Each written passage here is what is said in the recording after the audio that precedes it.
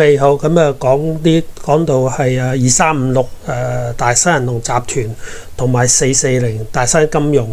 呢兩個問題啦。咁我都有睇過下嗱，咁咧係如果你睇港交所個披露咧，你係會見到咧大新金融440咧係有董事咧係減持，即係你望落去咧係好似減持咁啊嚇。咁呢度咧就涉及一樣嘢咧，就係叫做股權激勵。內地咧就用股權激勵呢個字啦，咁香港可能用股權獎勵啦。咁但係都係同一樣嘢嚟㗎，都係講緊咧就係一間公司佢對於一啲嘅比較重要嘅員工通常都係管理層啦。咁咧為咗咧獎勵佢咧做好嗰個公司嘅業績啦嚇，咁多勞多得，咁你做得好，咁有啲獎勵啊嘛。咁變咗咧，佢哋有啲公司咧就會推行呢啲叫做獎勵計劃嘅嚇，員工好聽啲就僱員獎勵計劃啦。咁其實唔係個個僱員都有份嘅，通常咧都係啲高層咁重要嘅員工啦、董事咁先有份㗎。嗱，咁呢個股權激勵計劃咧有幾種做法嘅嚇，有幾種做法。有一種咧就係佢俾一啲認購權，即係股權購股權一啲嘅重要嘅員工，而嗰個購股權嘅意思，即係話佢可以用一個相對低啲嘅價格相對低啲嘅股價去買公司嘅股份買公司嘅股份。咁一種做法咧就係公司會增發股份俾佢嘅，即係當佢符合一啲業績嘅條件，咁咧佢就會將呢啲獎勵嘅股份咧就個購股權淨係個權就俾咗呢啲員工咁去到呢啲員工換股啦行使呢一個購股權啦，咁公司咧就會增發股份咁當然嗰個購股價係會比現有嘅股價會有折讓啦咁然後嗰個啲員工先會行使噶嘛。咁呢一個係其中一個做法。第二個做法咧我講緊第二種股權激勵嘅做法咧，譬如中國平安中國平安咧都有對高層咧有股權激勵嗰個計劃嘅，但係佢咧個做法咧就係佢係公司用公司嘅錢喺市場喺二手市場即係交易所買中國平安嘅股票，咁然後咧去到個管理層達到嗰個業績達到個獎勵嘅條件之後咧，咁佢就會將呢啲股票咧就俾咗嗰啲員工咁呢種做法咧就係員工唔使出錢嘅咁亦都有好似大新金融呢一種做法，咁佢咧亦都係有個股權獎勵計劃。佢嗰個股權獎勵計劃咧，亦都係一啲購股權嚟嘅，但係呢啲購股權咧，佢係唔會增發股份俾呢啲員工嘅，佢係用個現金結算，即係話咧譬如即係舉個例子啦，譬如你個購股權係5蚊假設係5蚊咁如果你而家呢間公司個現有嘅股價係20蚊20蚊，咁你到管理層個業績達到嗰個條件啦，可以獲得呢個股權獎勵咁你現價係20蚊，購股權係5蚊，咁有着數咁有着數咧，咁佢係頭先講過啦，如果你係用增發股份嘅方法咧，咁就即係話呢間公司佢會增發一股俾呢一個員工，而員工咧就因為佢認股權係5蚊嘛，咁佢梗係會行使啦。咁佢行使咗之後，因為個市價做緊20蚊嘛，咁佢有着數，佢會行使啦。咁呢種咧就係嗰間公司會增發股權嘅。咁但係大新銀行同埋大新金融咧，佢哋咧係講明係唔會增發股份噶啦。佢咧係用個現金結算，即係話假設如果市價係20蚊，咁而佢個購股權係5蚊，咁個差額咪15蚊咯。咁佢就俾15蚊你咁理論上你可以話我攞到公司俾我呢一個現金結算，咁我咪可以去市場度買咯嚇，即係咁嘅意思啦。咁變咗咧，呢個咧就分到兩個階段啦，咁呢個階段咧，嗱，如果你睇翻大新金融嘅呢一個披露啦嚇，咁啊首先咧，佢就會得到嗰個認股權先㗎。咁認股權咧，咁你會見到咧，佢就會申報啊，因為你得到認股權都係相等於你喺嗰間公司有潛在嘅權益增加咗啊，咁啊，你會見到咧，港交所披露嘅嗰個咧，佢有個編號啊，咁呢個就叫做1113嚇。咁你有時會見到啲股東增持，即係啲管理層增持啊，大股東增持啊，就會係1101嚇，1101。咁1101咧就你會見到佢寫住買入嘅嚇，佢喺嗰個場內買入股權。而導致到佢股權增加咗啦，咁你會見到1101，咁另一個曲咧就係1201咧就係減持嘅嚇，即係1101係相對1201嘅，1101咧你會見到佢係買嘅，1201咧就係沽嘅，即係一個增持一個減持。咁但係今次係1113喎，咁1113係咩嚟嘅咧？你係未必知道咩事嘅，咁佢咧就會喺嗰度講啦，佢就會話咧。喺補充資料嘅方格入邊，就會解釋今次呢一個股權變動嘅原因嚇。咁所以咧，你就要再睇埋，即係你畫面褪到底咧，佢就會解釋，佢就會喺個補充資料度解釋啦。原來佢係因着呢一個股權激勵計劃，咁佢就獲得咗一啲嘅購股權啊。咁所以咧，你會見到咧，佢嗰個權益。嗰個持股比例咧由40.8增加到40.87啊，咁但係咧係冇任何個股價㗎，冇任何股價，因為佢喺呢個階段咧，佢只係得到一啲購股權嘅啫嚇，得到啲購股權。咁下一版啦，嗱下一版去到幾日之後啦嚇，咁佢就申報，我咧由40.87又變翻40.8喎，咁即係差唔多咧。佢嗰個認股權咧就已經係冇咗，因為咧佢咧就冇去真正去行使，而行使嘅方法係真正去增持嗰個股份嘅，因為佢用現金結算咗，佢結算咗之後咧，佢並冇喺市場度買翻，咁變咗嗰個認股權咧，嘅對股份嘅影響咧就消失咗，因為佢用現金結算咗啊，即係話咧佢可能咧就攞咗公司俾佢嗰個差額之後咧，咁佢就咁啦嚇，咁變咗咧嗰個佢就係一個階段咧，就係佢嗰個股份好似會多咗啊，多咗有40.8去到增加到40.87，因為佢呢個得到嗰個股權激勵計劃嘅獎勵啊嘛。咁但係之後點解又由40.87又變翻40.8咧？就係因為佢有現金結算咗咯，咁變咗咧佢冇自己再去市場買，咁變咗佢冇因為呢一個股權激勵而令到嗰個實質上咧佢股權有增加嘅嚇。咁呢個咧就係解答咗最近大新金融有董事佢個股權有少少變動啦嚇，咁。呢一個就係440大新金融。咁第二個問題咧就關於2356啦，大新金融大新銀行集團對於從業銀行嗰個減值啊。嗱咁咧其實佢個年報都有講啊，佢喺嗰個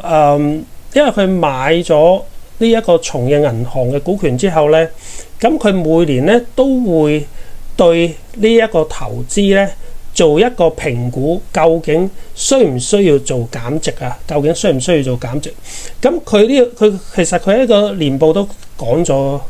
呢個減值測試咧係去計佢嗰個帳面值。陣間會講啊，個帳面值咧最初當然就係佢投資從業銀行嘅錢啦。咁但係如果佢每年有個做咗減值幾年之後咧，佢帳面值係會變動啊，會變動。咁而佢呢個講咧，佢係個測試需唔需要減值咧？就係佢個帳面值同埋佢計算出嚟嘅使用價值啊，使用價值咁去衡量究竟需唔需要做一個減值㗎嚇。咁而呢一個使用價值咧，係依照公司去估計呢個重慶銀行嘅盈利啦、未來派息情況啦，同埋咧佢中期同埋長期，即係有意思，即係有個判斷啦。咁對於個資產淨值嘅預期係點啊？將來去脫手，即係如果你賣出，咁究竟你攞翻幾多錢啊？跟住貼現翻用現金流貼現翻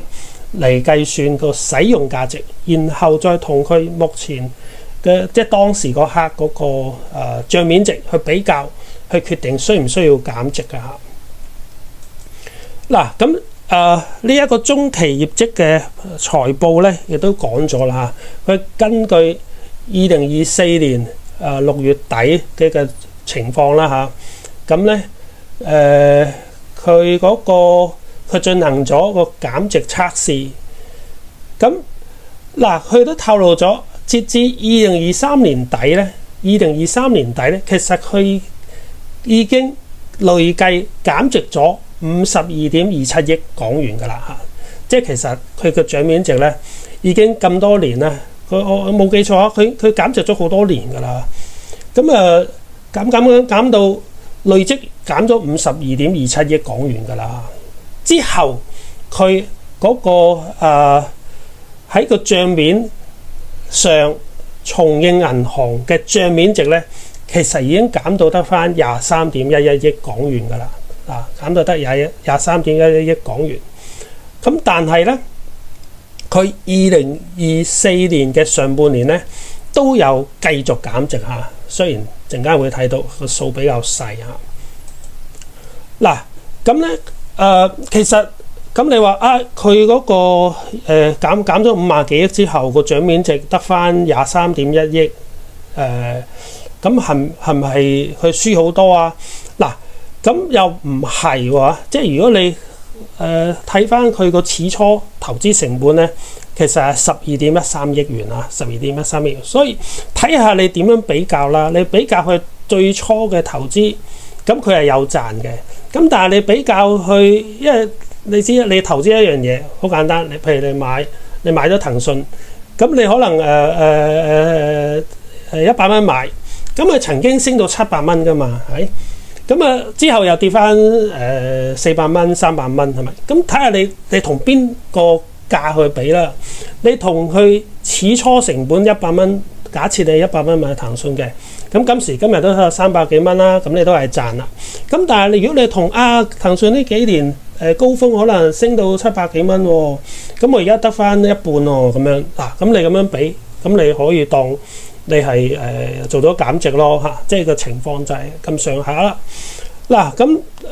再下一版咧就睇嗱，咁而家咧，如果我哋睇呢一個中期嗰個2024年中期啊，2024年中期咧，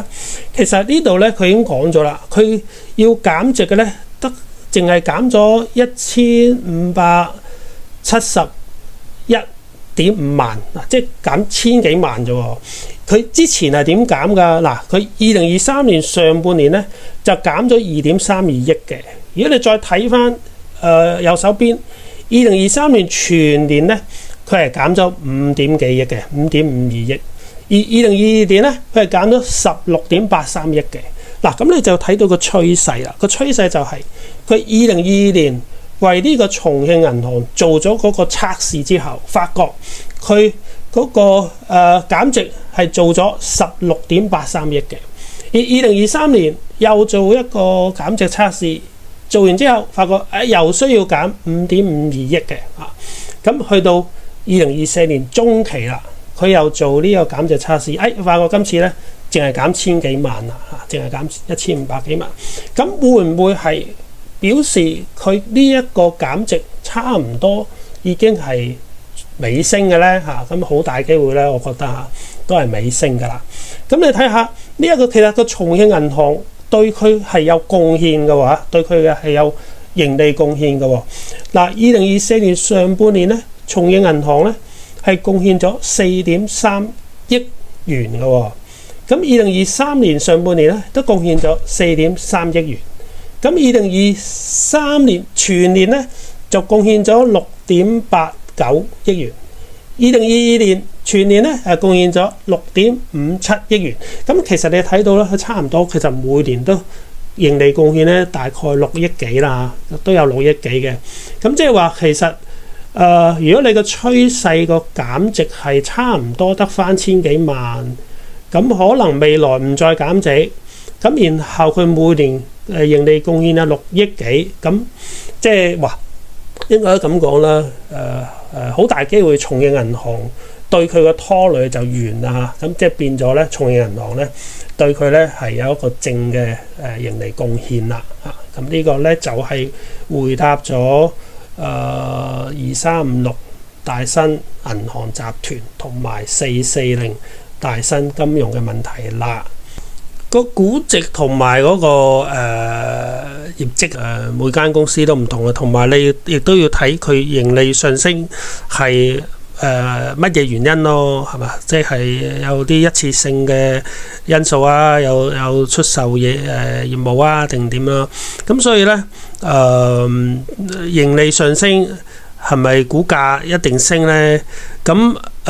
亦都睇下佢盈利增加咗，咁你個派息有冇增加咯嚇？尤其是港股市場咧係好挑剔嘅嚇，即係好挑剔嘅，即係要求應該咁講，港股市場對一啲公司係好嚴厲嘅，即係你業績上升固然好啦嚇，咁但係佢又會睇下你個業績增長個質素係點啊？可唔可以持續啊？同埋你間公司嗰個管理層對股東個利益善唔善待股東啊？即係有啲公司盈利增長，但係佢派息都唔增長，係咪？咁港股市場就係咁咯嚇，係會苛刻啲嘅對一啲公司嗰個要求嚇。嗱，你話恒生啊、藥啊，咁之前我都講過啦，即係佢經歷完內地嗰個房地產信用風暴之後咧，咁啊而家輪到燒到香港啊嘛，咁啊大家都知啦嚇，即係17號仔都俾人踢出呢一個恒生指數啦嚇，咁嗰個信用風險啲人越嚟越擔憂啊嘛。嗱，咁可以講一樣嘢咧，就係咧，你睇下我 show 一個畫面俾你睇下。嗱，呢個咧就講緊新世界發展咧，咁佢主要嘅來往銀行有啲咩啦嚇？主要嘅來往銀行有啲咩咧？嗱，咁你會睇到啊。你係揾唔到大新銀行嘅喎，係咪？咁所以咧，你某程度就係我望住呢啲銀行可能會擔心啲啦嚇。咁恒生銀行有份啊嘛嚇。咁其實咧呢一個外資投行咧係有一個，我睇下我有冇擺落嚟呢度啊？呢度冇，我冇擺落呢度。外資投行咧係有計過㗎，因為外資佢哋對於呢一個資料庫係比較齊全啲啦嚇，咁佢有篇分析文章咧就計過某啲銀行咧，即係喺嗰個17號新世界發展嘅嗰個exposure， 即係個風險閉口咧係比較多噶，咁恒生好似都係其中一間啦嚇。咁通常係咁噶啦。如果你今時今日喺香港銀行市場擔憂嘅咧，就係呢一個地產商，尤其是一啲高負債嘅地產商，佢嗰個借貸究竟會唔會變壞帳咯嚇？咁所以咧，如果喺呢一方面嗰個 exposure 比較大嘅銀行咧，咁啲人就會打個折比較大咯嚇，或者個股價表現會比較弱啲咯嚇。嗱，咁我之前都講過啦，440其實佢大部分嘅業績貢獻啦，都係來自2356啦。咁2356嘅業績好唔好呢？咁頭先都講過啦，佢之前拖佢大腿嘅主要就係重慶銀行嗰個減值啊嘛。啊，你見到啦，我頭先都 show 俾你大家睇啦。佢有時呢減一減10幾億落去啊，佢一年先賺嗰咁雞碎咁多，佢一減就減咗16億，咁你點頂得住啊？係咪？咁所以呢，佢近呢幾年嗰個業績都冇咁好啦嚇，咁但係呢，見到曙光啦嘛，係嘛？上半年減值跌到得千幾萬，係咪？咁如果你重慶銀行唔再有咁即係10幾億咁嘅減值，對佢個業績好大幫助噶嘛，咁變咗2356係本身有一個大幅改善嘅係即係個轉捩點喺度啊嘛，咁佢同其他譬如恒生又唔同啊嘛，恒生冇呢種咁嘅嘢啊嘛，恒生完咗內地又要面對香港係咪？咁但係大新喺呢方面就好少少啦嚇，起碼去內地嗰度呢係真係大幅改善啊嘛，咁而佢亦都另一個憧憬咧，就係佢個派息比率可能又會好啲啦，係嘛？咁你盈利改善加埋派息比率有所提升，咁喺股價方咪喺股息方面咧，會有個憧憬喺度咯嚇。咁啊，港股好多時，大家無論買內銀又好，買港銀又好，都係望住個股息啦。咁如果你股息有希望係增加嘅，咁啲個股價表現相對係會係比較好啦嚇，咁啊即管睇下佢全年業績佢個股息派發嗰度有冇一啲嘅驚喜啦嚇。